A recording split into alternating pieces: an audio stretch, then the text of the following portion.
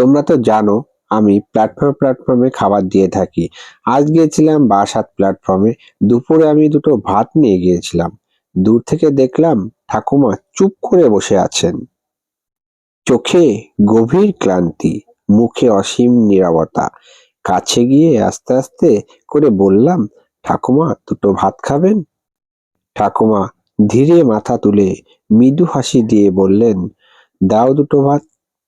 আজকে আমি ভাতের সাথে নিয়েছিলাম ডাল, বাঁধাকপি ও মাংস, একটু শসা ও লেবু, আর সাথে ছিল একটু মিষ্টি। ঠাকুমাকে খাবারটা দিলাম। ঠাকুমা তখন চোখ বন্ধ করে এক মুহূর্ত চুপ করে রইলেন। বুঝতে পারলাম মনে মনে তিনি ভগবানকে স্মরণ করছেন। কোনো তাড়াহুড়ো নেই, কোনো লোভ নেই, যেন এই সামান্য ভাতের মাঝে তিনি খুঁজে নিয়েছেন পরম শান্তি। তারপর ঠাকুমা খুব যত্ন করে ধীরে ধীরে এক এক করে ভাত খেতে লাগলেন। দেখে মনে হচ্ছিল না এটা বহুদিন অভুক্ত পেটের তাড়না, বরং মনে হচ্ছিল অসীম ধৈর্য, গভীর কৃতজ্ঞতা আর অভ্যাসে পরিণত হওয়া কষ্টের সঙ্গে মিশে আছে এই খাওয়া।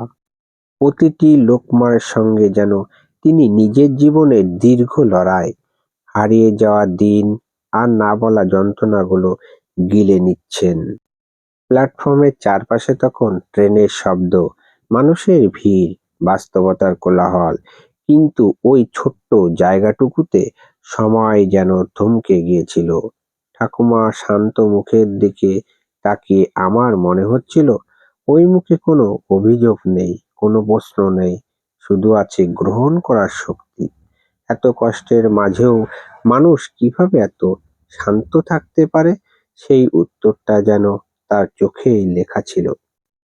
ওই মুহূর্তে আমার মনে হলো দুটো ভাত শুধু খাবার নয়, ওটা ছিল একটু ভালোবাসা, একটু সম্মান, আর এই কঠিন জীবনের মাঝে টিকে থাকার এক ফোঁটা আশ্বাস।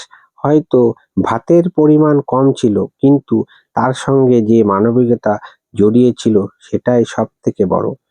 ঠাকুমার সেই শান্ত মুখ, ধীরে ধীরে খাওয়ার ভঙ্গি আর নীরব কৃতজ্ঞতা সব মিলিয়ে আমার মনে গভীর ছাপ রেখে গেল। সেদিন বুঝলাম কাউকে সাহায্য করা মানে শুধু কিছু দেওয়া নয়, কাউকে একটু সময় দেওয়া, একটু অনুভব করা, সেটাই মানুষের জীবনে সব থেকে বড় প্রাপ্তি হতে পারে। আর সত্যি ঠাকুমার সেই শান্ত মুখটা হয়ে রইল আমার দিনের সব থেকে বড় পাওনা।